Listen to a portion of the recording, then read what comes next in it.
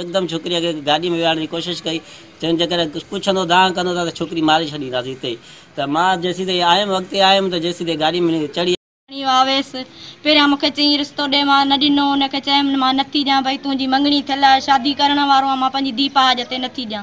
मूंसां ज़ुल्म करे असां अचूं पिया कज़े ते, असांखां बाईपास तां छोकिरी हथियार ॾेखारे ऐं खसे वियो आहे।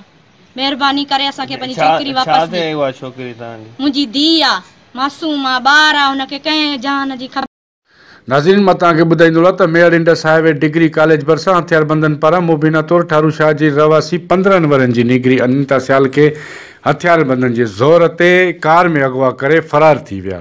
जॾहिं त अहिड़ो इतला मिलण बावजूदि पुलिस वाक़े वारे हंधि न पहुती, जॾहिं त वाक़े ख़िलाफ़ मुबीना तौरु अगवा थी वियल मासूम निगरी अनीता सियाल जे वालिद मामूली सियाल ऐं संदसि घरवारी मसामात ज़ाहिदा सियाल मीडिया हेॾो ॿुधाईंदे चयो त असां ठारू शाह खां मेयर 5 रिश्तेदारनि ॾांहुं ताज़ियत करण लाइ अची रहिया हुआसीं त कार सवार 4 जवाबदार मुंहिंजी मासूम थी अनीता सियाल खे हथियारनि जे ज़ोर ते अगवा करे विया आहिनि। जन जवाबदारनि में अवेस सियाल, कार सवार 2 नामालूम जवाबदार पिणु शामिल आहिनि। हिननि वधीक चयो त जवाबदार असांजा वेझा रिश्तेदार आहिनि जिन अॻु असांखां मासूम थी अनीता सियाल जे रिश्ते लाइ काफ़ी ज़ोर भरियो हो ऐं घुर कई हुई, जंहिं तां असांखे इनकार करण ते मुंहिंजी धीउ खे मेयर मां अगवा कयो आहे।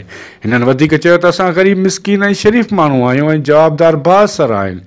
हिननि SSP दादू, DIG हैदराबाद ऐं ॿियनि वस वारनि खां मुतालबो कयो त वाक़े जो नोटिस वठी जवाबदारनि खे फ़ौरन गिरफ़्तार करे मुंहिंजी मासूम धीउ अनीता सियाल खे बाज़ियाब कराए इंसाफ़ फ़राहम कयो वञे, न त ॿी सूरत में पाण खे बाहि ॾेई साड़े छॾींदासीं। अब्दुल वहीद मैसर, रिपोर्ट सोच TV न्यूज़, मेहर।